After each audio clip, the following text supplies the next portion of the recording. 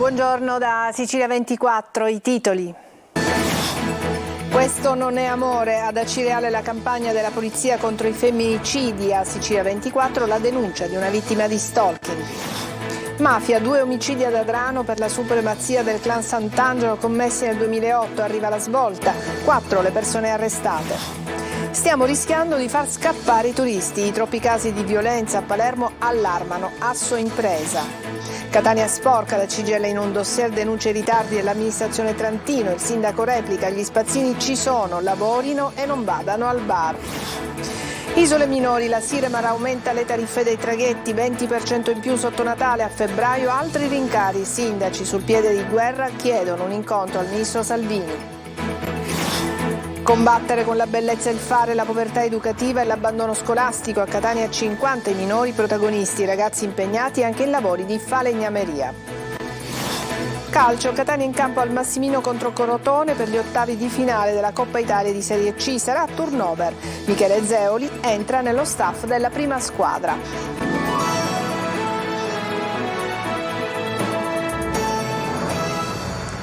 Bentrovati. Questo non è amore, la campagna contro i femminicidi e la polizia oggi in piazza ad Acireale per incontrare gli studenti. Al nostro TG la testimonianza di una giovane che ha denunciato per stalking. Giusy Lazzara. Il mese scorso ad esempio ho fatto una denuncia perché mi arrivano telefonate anonime e mi minacciano a morte, ma se non prima ci uccidono non fanno mai un cavolo. Risuonano ancora di più oggi queste parole che arrivano dopo i 2 femminicidi di ieri. Non sono bastate le manifestazioni per Giulia Cecchettin, si continua a morire per un rapporto malato. Questo non è amore. Poche parole per racchiudere la campagna contro la violenza alle donne della polizia che oggi in Piazza Duomo ad Acireale incontra i ragazzi. Chi fa questa cosa non è un uomo. Una persona che secondo me all'interno ha qualcosa che vuole sfogare e la sfoga sulle donne, ma non è un uomo. Dopo l'omicidio di Giulia a quanto pare non è bastato nemmeno, io mi chiedo cosa si debba fare per far smettere tutti questi femminicidi ora e in avanti. L'amore non uccide, si è ripetuto tante volte in questi giorni. Un piccolo campanello d'allarme deve andarsene subito, devono andarsene, perché quella è il segnale, non cambiano mai. Chi commette un femminicidio si condanna alla massima pena. Molti infatti che commettono il femminicidio già pensano di suicidarsi. In aumento le denunce alle forze dell'ordine, ma è ancora difficile farlo per tante donne. Quando riusciamo a entrare in contatto con queste donne riusciamo a convincere, riusciamo a fargli capire il disvalore delle azioni che hanno subito e loro sicuramente si aprono e finalmente si liberano di questo fardello che portano con loro. Ogni giorno in Italia ci sono 85 donne vittime di reato di violenza e il 55% dei casi è la persona con cui si vive a uccidere.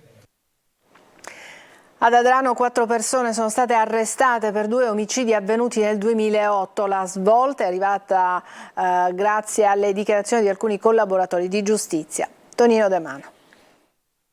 2 omicidi commessi per ribadire la supremazia del clan mafioso Sant'Angelo Taccuni è il movente, secondo la procura distrettuale di Catania, di 2 agguati mafiosi commessi nel 2008 ad Adrano. Quello di Alfio Neri, 39 anni, ucciso il 15 agosto, e quello di Francesco Rosano, di 37 anni, assassinato il 18 gennaio dello stesso anno. Le indagini hanno portato ad identificare i presunti autori dei 2 delitti, 4 affiliati della Cosca, ritenuti vicini alla famiglia di Cosa Nostra, Santa Paola Ercolano, destinatari di ordinanza di custodia cautelare in carcere emessa dal GIP di Catania.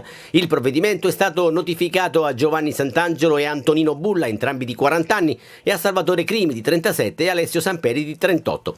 Sant'Angelo e Bulla sarebbero stati gli esecutori dell'omicidio Rosano, crivellato con 13 colpi al volto e al torace. Insieme con Crimi e Samperi sarebbero stati invece gli esecutori dell'agguato mortale ad Alfio Neri. Sin da subito le indagini ipotizzarono che l'omicidio fosse da ricondurre ad una ritorsione del clan Sant'Angelo Taccuni, in risposta al triplice omicidio di Daniele Crimi, Alfio Finocchiaro e Alfio Rosano, avvenuto ad Adrano nel luglio del 2006. Le indagini si sono sempre, hanno già ipotizzato le scaturigini o le motivazioni. È chiaro che poi l'intervento dei collaboratori nel tempo ha consentito, con i riscontri fatti dagli investigatori, ha appunto permesso di giungere a questo risultato, di fare luce su questi 2 efferati delitti mafiosi. La svolta alle indagini è arrivata grazie alle dichiarazioni dei collaboratori di giustizia Giovanni La Rosa, Vincenzo, Francesco e Valerio Rosano. Se non torni con me ti faccio fare la fine di Giulia. Dopo la terribile minaccia, l'autore, un uomo di 64 anni denunciato a Priolo al Gargallo dall'ex compagna, è stato posto agli arresti domiciliari con braccialetto elettronico. Nei giorni scorsi si era reso protagonista di insulti, pedinamenti e molestie nei confronti della donna. Stiamo rischiando di far scappare i turisti. A Palermo è ancora allarme sicurezza. Assoimpresa dichiara: questi episodi di violenza allontanano i turisti dalla nostra terra. Marco Gullà.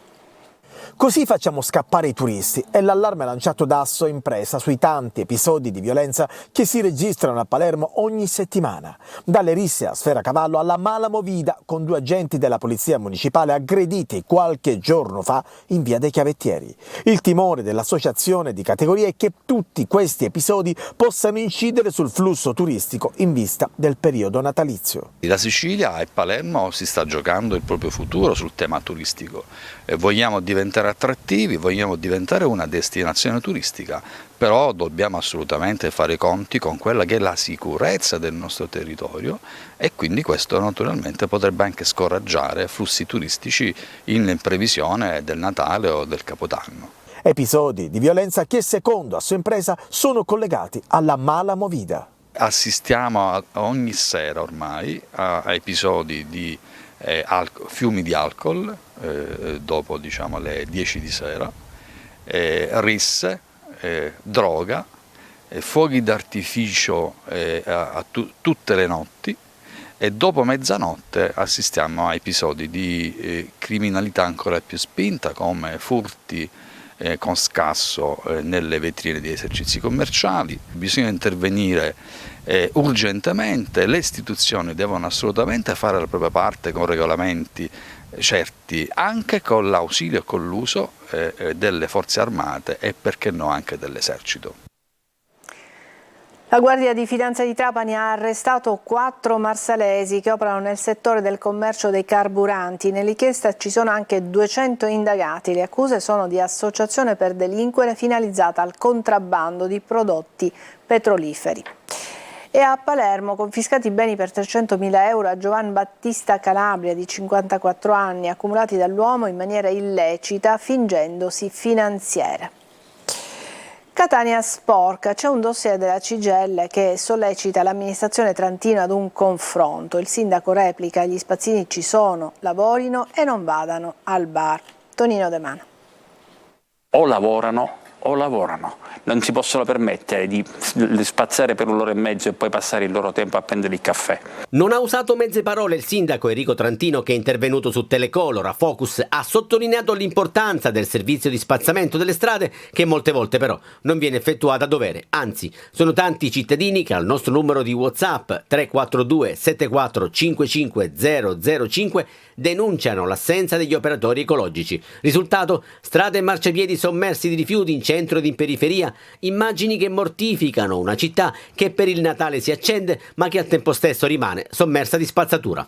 La raccolta rifiuti non funziona e la CGIL mette nero su bianco un dossier. Le ragioni vanno ricercate nell'insufficienza di ore di lavoro dedicate alla raccolta della spazzatura, per la mancanza di operatori adibiti allo spazzamento e alla guida degli autocompattatori e anche nella mancanza di sorveglianza da parte del comune rispetto all'applicazione corretta delle regole e nell'incapacità di molti cittadini a differenziare correttamente i rifiuti. Si chiede un confronto con l'amministrazione comunale per restituire dignità e decoro, anche se il sindaco Trantino non demorde ed avvisa gli operatori ecologici. Non certamente davanti a me, perché davanti a me, quando prendo qualcuno un po' più indolente, con gentilezza, con dolcezza glielo dico, e poi sempre devo dire che loro stessi chiedono scusa. Il resto lo dovranno fare i catanesi, sono loro che dovranno preservare la città e ricordarsi di rispettarla sempre e non solo davanti all'amata Sant'Agata. Aumentano i costi per il collegamento con le isole minori della Sicilia. Dal 1° dicembre la Siramer ha annunciato un rialzo del 20%. Monta la protesta delle comunità isolane. Francesco Triolo.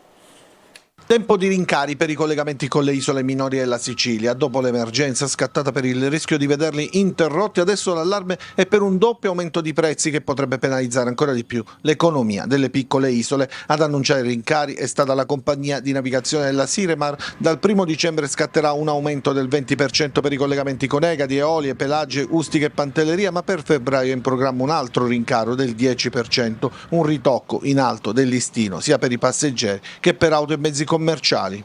C'è il forte rischio che a causa dell'aumento dei prezzi di trasporto anche sui beni di prima necessità si potrebbe riflettere appunto questo rincaro, che sicuramente non gioverebbe alle comunità delle isole minori della Sicilia, in quanto già gravate da costi sicuramente più alti rispetto alla terraferma. Quindi questo sicuramente desta preoccupazione all'interno delle comunità di queste aree. Siremar spiega che l'aumento è previsto nei bandi delle corse a carico del Ministero dei Trasporti a causa dell'impennata dei costi di carburante che hanno comportato un aggravio maggiore, ma i sindaci delle isole minori non ci stanno. Ieri, su indicazione del sindaco d'Ancona, abbiamo attivato un percorso insieme a tutti i sindaci delle isole minori della Sicilia. Abbiamo chiesto una convocazione, i sindaci delle isole minori della Sicilia hanno chiesto una convocazione urgente al Ministero dei Trasporti per trovare insieme un percorso che sia sostenibile per la società di navigazione, ma anche per le economie fragili di queste isole e dei cittadini che ci abitano. Adesso una breve pausa, ci vediamo tra poco.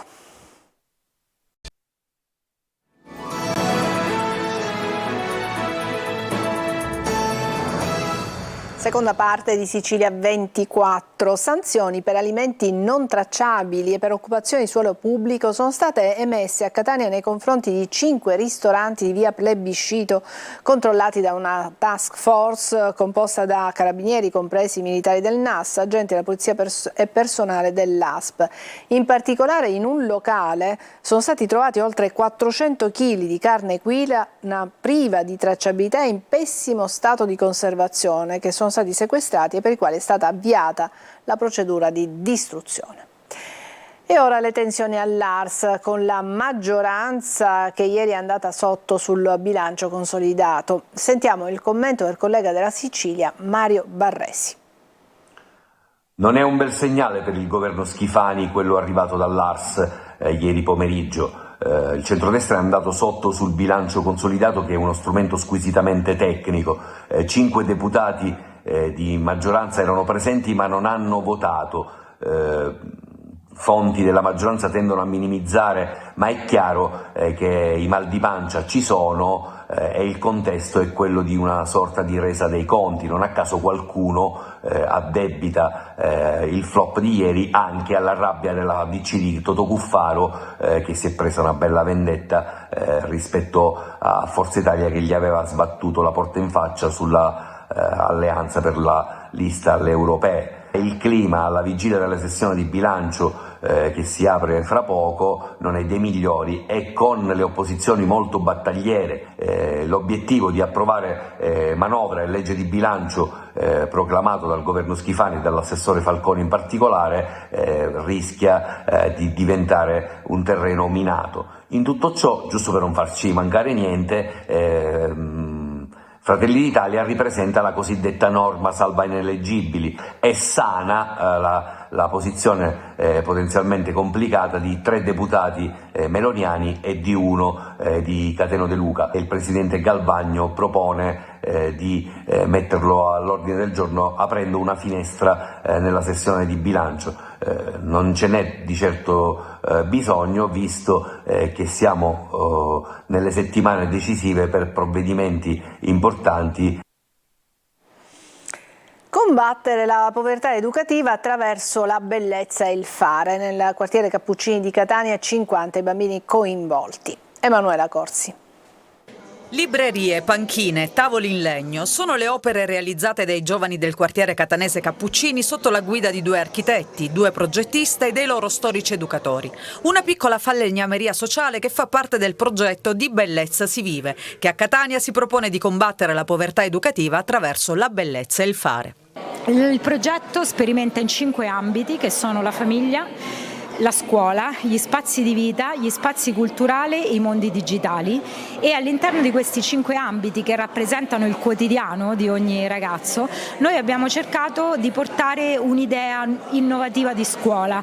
Intanto una scuola che si basa non più su una scuola trasmissiva ma laboratoriale, esperienziale, dove l'obiettivo era proprio quello di partire dalla generazione della bellezza. I manufatti in legno sono stati realizzati per il doposcuola gratuito che avviene nei locali della Curia, dove ci sono diversi volontari. Tra loro c'è anche Jessica, una laureanda che ha scelto di aiutare i bambini nello studio. Hanno voglia di imparare e quindi vengono con gioia e trasmettono questa gioia a te che impieghi, i pomeriggi in questo modo. Nel capoluogo etneo sono 50 i minori in situazione di fragilità scolastica o familiare dei quartieri Cappuccini e Tondicello Playa, coinvolti in questo percorso realizzato in collaborazione con l'Associazione Cappuccini e con la parrocchia Beata Vergine Maria in Cielo Assunta alla Playa. Breve pausa e poi il calcio.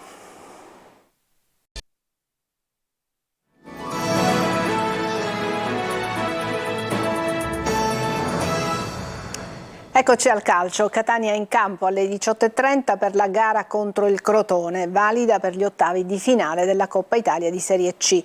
Una sfida con tanti assenti e turnover obbligato da entrambe le parti. Francesco Triolo. Lucarelli è stato chiaro, vuole la stessa intensità vista contro il Giuliano, non importa se oggi pomeriggio al Massimino contro il Crotone sarà turnover, anzi vale a maggior ragione perché il tecnico del Catania vuole capire se chi sta dietro è pronto per essere gettato nella mischia in caso di necessità. La gara valida per gli ottavi di finale di Coppa Italia arriva forse nel momento meno opportuno, quando i rossazzurri hanno necessità di ritrovare ritmi e meccanismi diversi rispetto alla prima parte di campionato e quindi un impegno infrasettimanale scompagina un po' anche il programma di allenamento, ma tant'è, e va onorata una coppa che andando avanti potrebbe anche rivelarsi un accesso privilegiato ai playoff.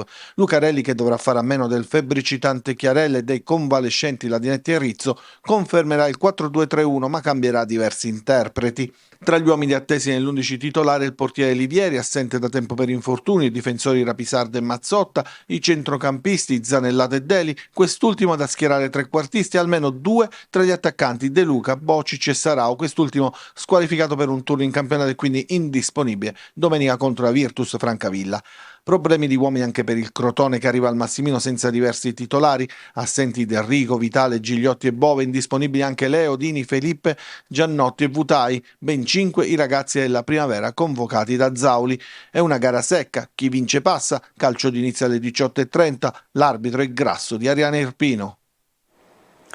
Novità nei quadri tecnici del Catania: Michele Zeoli entra nello staff di Cristiano Lucarelli come collaboratore tecnico. Chiudono invece la loro esperienza nel club rossazzurro Stefano Agresti, Emanuele Catania e Matteo Tomei, sollevati dai rispettivi incarichi. Con questa notizia chiudiamo per il momento il nostro telegiornale. È tutto per Sicilia 24, grazie per l'attenzione, prossimo appuntamento alle 19. A tutti buon pomeriggio.